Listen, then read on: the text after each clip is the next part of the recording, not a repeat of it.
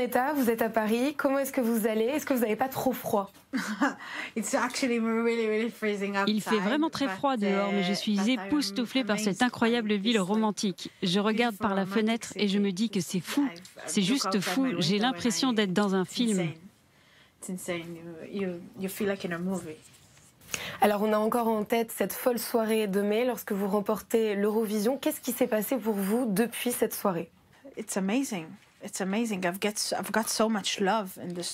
Oui, c'est incroyable, c'est incroyable. Je reçois tellement d'amour dans les rues, partout, en Europe et en Israël, bien sûr. C'est dur à croire. Vous créez quelque chose dans une petite pièce et d'un coup ça explose et ça devient quelque chose d'hors norme.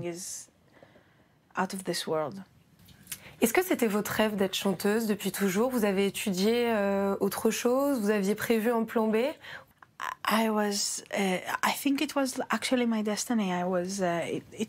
Je pense que c'était mon destin.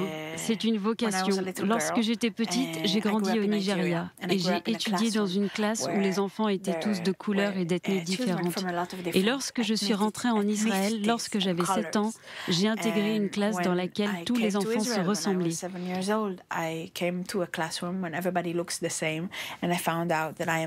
Et j'ai découvert que j'étais la grosse étrangère.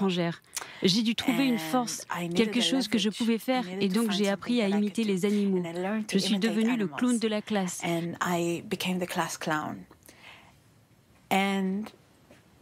Ma mère a essayé de trouver des façons de me rendre plus heureuse. Un jour, alors que j'étais dans les chœurs de l'école, le maître de chœur m'a dit de chanter un solo. Lorsque j'ai ouvert la bouche, toutes les têtes des enfants se sont tournées vers moi. Et là, j'ai réalisé, c'est ça que j'ai de plus qu'eux. Est-ce que vous vous attendiez à devenir aussi populaire en Israël? On se souvient par exemple avoir vu le Premier ministre Netanyahou qui dansait comme vous. Je pense pas que ce soit lié à moi. C'était le bon moment. J'étais la bonne personne au bon moment. Je suis tellement contente d'être une icône car tant de garçons et de filles peuvent maintenant regarder quelque chose de différent, regarder une variété de beauté. Parce que quand j'étais enfant, je n'en ai vu qu'une seule. Je n'ai vu qu'un type, qu'une taille, qu'une couleur. Et maintenant, je suis tellement heureuse que des petites filles me regardent, car je suis la personne dont j'avais besoin lorsque j'avais 9 ans.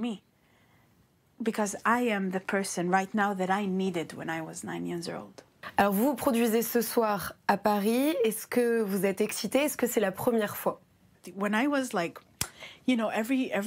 savez, en Israël, à chaque fois que l'on sort de l'armée ou de l'école, on va voir le monde pendant un grand voyage. Et moi, je m'étais dit que je voulais voir le monde grâce à mon travail. Et c'est ce qui se passe. Je vais de ville en ville, de pays en pays, voir le monde, et c'est fou. Paris est incroyable, si romantique. Je suis tellement triste de n'avoir qu'une seule journée ici.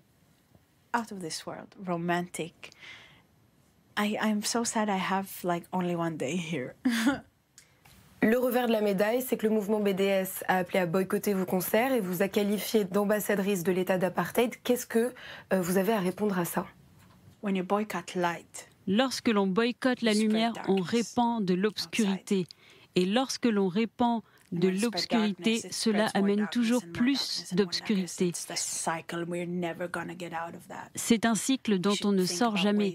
On devrait penser à des façons d'aider. Dites-moi où je devrais chanter pour résoudre des problèmes et j'irai. Je ne sais pas. Des deux côtés, nous souffrons beaucoup et nous voulons tous que ça s'arrête. Les gens vont venir en Israël et personne ne va être irrité. Ils vont être accueillis et vont visiter ce qu'ils veulent et ça va être épique.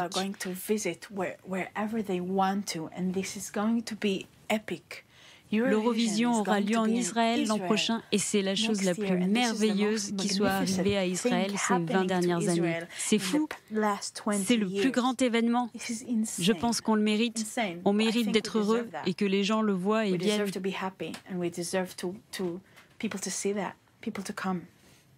Quels sont vos projets pour la suite? Est-ce que vous allez par exemple sortir un album? Oui, en décembre, mais c'est un secret et je ne peux pas t'en dire plus. more about it. Merci beaucoup, Netta. Thank you. Thank you, Netta. Bonsoir, le Grand Live Weekend, et bonsoir, Rudy.